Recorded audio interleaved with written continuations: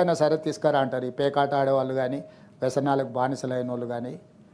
అట్లనే రాష్ట్ర ప్రభుత్వం కూడా కమిషన్లకు బానిసై 11% మిత్తితోనే అప్పులు తీసుకొచ్చింది అధ్యక్ష. సొంత ఆస్తి అయితే తెస్తుండేనా అధ్యక్ష? ప్రజల ఆస్తి కాబట్టి ప్రజల్ని తాకట్టు పెట్టి 11% నిధులు తెచ్చి 1,00,000 కోట్లు పెట్టి కాళేశ్వరం కడితే కట్టుడు కూలుడు 3 ఏళ్లలో అయిపోయింది అధ్యక్ష. పనిమంతుడు పందిరేస్తే కుక్కతో కలిగి కూలిపోయిందంట. అట్లాంటి పరిస్థితి ఈరోజు తెలంగాణలో కాళేశ్వరం పరిస్థితి వస్తే దాని గొప్పలు చెప్తాడు అధ్యక్ష. అది కాళేశ్వరం కాదు అధ్యక్ష, అది కూలేశ్వరం. కూలిపోయింది. కూలేశ్వరరావు గారు కట్టేది కూలిపోయింది. అది ఆయన వచ్చేసి కాళేశ్వరం నీళ్ళు ఇస్తే వచ్చినాయి అంటాడు. కాళేశ్వరం లేకుంటేనే శ్రీరామ్ సాగర్ శ్రీపాద ఎల్లంపల్లి నుంచి 1,56,00,000 మెట్రిక్ టన్నుల ఒడ్లు సార్ పండించి చూపించినాం అధ్యక్ష. చుక్క కాళేశ్వరం నుంచి నీళ్లు తీసుకోకుండా పోయిన వానకాలం పండించిన వరి పంట ఉత్పత్తి 1,56,00,000 మెట్రిక్ టన్నుల అధ్యక్ష.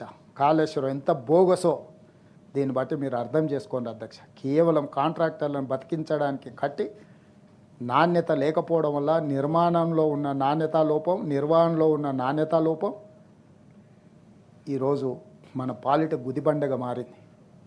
దాన్ని తీసేయాలంటే ఒక బాధ, ఉంచుకోవాలంటే ఇంకొక బాధ. వైట్ ఎలిఫెంట్ అంటారు కదా అధ్యక్ష, ఈరోజు కాళేశ్వరం ఒక వైట్ ఎలిఫెంట్ ఫర్ అస్. అట్లాంటిది ఈరోజు ఏదైనా జరిగిపోయిన తప్పు జరిగింది క్షమించండి, మనం ఏదైనా రాష్ట్రాన్ని సరిదిద్దుకుందామన్న ఆలోచన వీళ్ళకి లేదు అధ్యక్ష. కాబట్టి ఈరోజు నేను వారికి విజ్ఞప్తి చేస్తున్నా, రాండి మాట్లాడండి, మంచి చేద్దాం. జరిగిన తప్పులు జరిగినాయి. తప్పులు ఎవరివని లెక్క పెట్టుకునే దానికంటే తెలంగాణ సమాజాన్ని నిర్మించాలన్న ఆలోచన, తెలంగాణ సమాజాన్ని అభివృద్ధి చేయాలన్న పట్టుదలతో కలిసి పనిచేద్దామని చెప్పి ప్రతిపక్ష నాయకుడికి నేను విజ్ఞప్తి చేస్తున్నా అధ్యక్ష. అదేవిధంగా తెలంగాణ అంటేనే సాహిత్యం, సంస్కృతి ఉద్దండులు. తెలంగాణ ఉద్యమం ఆనాటి నుంచి ఈనాటి వరకు కవులు, కళాకారులు, ఉద్యమకారులు, ఈరోజు ఇక్కడ సభలో ఉన్న కొంతమంది కవులు కూడా బానిసత్వంతో బతుకుతున్నారు. భావ దారిద్ర్యం, భావ బానిసత్వం. వ్యక్తికి ఏదో జరిగిందని వాళ్ళు బాధపడుతున్నారు. వ్యవస్థనే మొత్తం కుప్పగూల్చిన వ్యక్తి పక్కన చేరడం అంటే ఆ కవుల యొక్క భావ దారిద్ర్యం అని నేను చెప్తున్నా అధ్యక్ష. ఏ రోజైనా వీళ్ళు ఎమ్మెల్సీ చూసుకున్నారు తప్ప తెలంగాణ ఉద్యమంలో తెలంగాణ ఉద్యమాన్ని ఉవ్వెత్తున నడిపించిన గద్దర్ గురించి ఒకరోజు ఆయన మాట్లాడినరా అధ్యక్ష? గూడ అంజయ్య గురించి మాట్లాడినరా అధ్యక్ష? బండి యాదగిరి గురించి మాట్లాడినరా అధ్యక్ష? అందశ్రీ గురించి మాట్లాడినరా అధ్యక్ష? సుద్దాల అశోక్ తేజ గురించి మాట్లాడినరా అధ్యక్ష? గోరెట వెంకన్న గురించి ఎప్పుడన్నా ఆలోచన చేసిండ్రా అధ్యక్ష? పాశం యాదగిరి, ఎక్క యాదగిరి, జయరాజులు వీళ్ళందరి గురించి ఎప్పుడన్నా ఆలోచన చేసిండ్రా అధ్యక్ష? జయ హే జయ హే తెలంగాణ రాష్ట్రీయ గీతం చేస్తామని తెలంగాణ ఉద్యమంలో చెప్పి 10 సంవత్సరాలు ఆయన ఎందుకు చేయలేదు అధ్యక్ష? ఎందుకు ఆనాడు ఉమ్మడి రాష్ట్రంలో ఎవరికి రా తెలుగు తల్లి, ఆ తెలుగు తల్లి మాకు పట్టాడు అన్నం పెట్టిందా? ఆ తెలుగు తల్లిని మేము ధిక్కరిస్తున్నామని మాట్లాడిన తెలంగాణ ఉద్యమకారుని అని చెప్పుకున్న చంద్రశేఖర్ రావు గారు 10 ఏళ్లలో తెలంగాణ తల్లిని మనకి ఎందుకు చూపించలేకపోయింది అధ్యక్ష? ఇవన్నీ కూడా మేము చేసినాం కదా అధ్యక్ష. జయ జయ హే తెలంగాణ రాష్ట్ర గీతంగా అందశ్రీ ఇవాళ వారు మాట్లాడుతురట ఆంధ్ర వాళ్ళు దీనికి సంగీతం అని. ఈ బాధ్యత అందశ్రీ గారికి ఇచ్చిన. ఆయన ఏ కళాకారులతో కవులతో పాడించినో మేము చూడలే. ఎవరైతే అందశ్రీ తెలంగాణ తలమానికం ఉన్నారో వారికి ఆ బాధ్యత అప్పచెప్పినాం. ఈరోజు అద్భుతంగా వచ్చిన జయ జయ హే తెలంగాణ పాడడానికి మీకు అభ్యంతరం ఉండొచ్చు. మీరు ఆంధ్ర గురించి మాట్లాడాల్సి వస్తే యాదగిరి గుట్ట యాదాద్రి ఎట్లయింది, దానికి స్థపతి కింద ఆనంద్ సాయి ఎక్కడి నుంచి వచ్చిండు, దాని ఆగమశాస్త్ర సలహాదారుడు చిన్నజీయర్ స్వామి గారు ఏ ప్రాంతం నుంచి వలస వచ్చిండు, ఏమైనా తెలంగాణ సంస్కృతికి సాంప్రదాయాలకు వీళ్ళకి ఏమైనా సంబంధం ఉందా అధ్యక్ష? ప్రగతి భవన్ పేరు మీద తెలంగాణ పరిపాలనా భవన్ని హైదరాబాదు నడిగడ్డన కడితే ముఖ్యమంత్రి కుర్చీలో చిన్నజీయర్ స్వామిని కూర్చోబెట్టి సాష్టాంగ నమస్కారం చేసి బోర్ల బొక్కలు పండుకొని తెలంగాణ ఆత్మగౌరవాన్ని చిన్నజీయర్ స్వామి కాళ్ళ దగ్గర తాకట్టు పెట్టిన నీకు సిగ్గు ఉండాలి ప్రతిపక్ష నాయకుడిగా ఉండడానికి అని ప్రజలు అడిగితే ఏం సమాధానం చెప్తావని నేను అడుగుతున్నా అధ్యక్ష.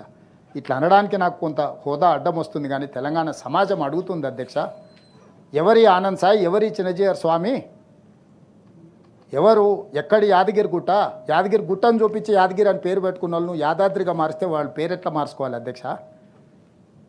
యాదగిరి గుట్టకున్న పవిత్రత మీకు తెలియదా అధ్యక్ష? కోరికలు నెరవేరని వాళ్ళు, లేకపోతే భక్తితో రాత్రి అక్కడ నిద్ర చేసేటోళ్ళు అధ్యక్ష. ఈరోజు ఆ పైన నిద్ర పోకుండా ఉన్న వాటి సత్రాలను అన్నిటిని కూలగొట్టి కిందికి పంపించారు అధ్యక్ష. మనం వచ్చినాక యాదగిరి గుట్టగా మార్చుకున్నాం అధ్యక్ష. అక్కడ సత్రాలను కట్టి మళ్ళీ భక్తులకు వెసులుబాటు కల్పిస్తున్నాం అధ్యక్ష. మన సంస్కృతి సాంప్రదాయాలను కాలగర్భంలో కలిసిపేసి తెలంగాణకు సంస్కృతే లేదని బతుకమ్మ పాట ఏఆర్ రెహమాన్ ఇంకా సరే అట్లా డీటెయిల్స్ ఇస్తే చాలా వస్తాయి, ఇక దాని ఎక్కువ లోతుకు వెళ్ళదలుచుకోలేదు. వాళ్ళ దుఃఖం ఏంది అధ్యక్ష అంటే తెలంగాణ ఉద్యమంలో ఇన్ని మాటలు మాట్లాడుతున్నారు, ఎవరినో సోషల్ మీడియాలో అడ్డగోలుగా అసభ్యకరమైన పదజాలాన్ని వాడిన వాళ్ళు పోలీసులు అరెస్ట్ చేస్తే మీకు అంత దుఃఖం వచ్చిందే. ఇక్కడనే ప్రొఫెసర్ కోదండరామ్ గారు ఉన్నారు, తలుపులు బద్దలు కొట్టి పొలిటికల్ జేఏసీ చైర్మన్గా తెలంగాణ ఉద్యమాన్ని ముందుండి నడిపించి మిలియన్ మార్చ్ను లీడ్ చేసిన ప్రొఫెసర్ కోదండరామ్ తలుపులు ఇరగొట్టి పోలీసులు ఈడ్చుకపోయిన రోజు మీకు ప్రజాస్వామ్యం గుర్తు రాలేదా? మీరా ప్రజాస్వామ్యం గురించి మాట్లాడేది? మీకా తెలంగాణ పట్ల నిబద్ధత ఉన్నది? మీది జాతి, మీది ఒక నీతి. మీరు వచ్చి మమ్మల్ని ప్రశ్నిస్తారు, రండి కూర్చొని ఎదురుగా నించొని నిటారుగా నిలబడి ప్రశ్నించండి, ఏం సమాధానం చెప్పాలో నేను చెప్తా. తెలంగాణ కోసం కొట్లాడిన వాళ్ళని ఒక్కరినైనా గౌరవించండి. కొండా లక్ష్మణ్ బాబుజనికి నిలవడానికి నీడనిచ్చి నువ్వు పార్టీ పెట్టుకుంటే నీ ఇంటి స్థలం ఇస్తే, ఆనాడు చంద్రబాబు నాయుడు గారు ఆయన పవన్నే కూలగొట్టిస్తే ఆయన చనిపోయిన రోజు చివరి చూపు కూడా నువ్వు పోలేదు. నీకు ఏమైనా కృతజ్ఞత ఉన్నదా? ఓ గద్దరు, ఓ విమలక్క తెలంగాణ కోసం కొట్లాడితే పీడీ యాక్టులు పెట్టించిన చరిత్ర నీది కాదా? ప్రొఫెసర్ కోదండరామ్ గారు అన్ని రాజకీయ పార్టీలను ఐక్యం చేసి తెలంగాణ సాధిస్తే తలుపులు ఇరగొట్టిన చరిత్ర నీది కాదా? మాలాకటి రాజకీయ నాయకుల మీద పెట్టిన కేసులు వేరు, రాజకీయ ప్రత్యర్థులు మేము మా మీద నువ్వు పెట్టు. ఎట్లా కొట్లాడాలో మాకు తెలుసు, ఎట్లా ఎదుర్కోవాలనో కేసుల గురించి తెలుసు. కానీ తెలంగాణ ఉద్యమకారుల మీద, తెలంగాణ కోసం సర్వం ఒడ్డిన వాళ్ళ మీద నువ్వు పెట్టిన అక్రమ కేసులు, నీ నిర్బంధాలు అప్పుడే మర్చిపోయినావా చంద్రశేఖరరావు? అప్పుడే తెలంగాణ సమాజం మర్చిపోయిందని మీరు భావిస్తే అది మీ అమాయకత్వం. అందుకే అధ్యక్ష, ఈరోజు తెలంగాణ తల్లిని ప్రగతి ఈరోజు అంబేద్కర్ సచివాలయంలో పెట్టుకున్నాం.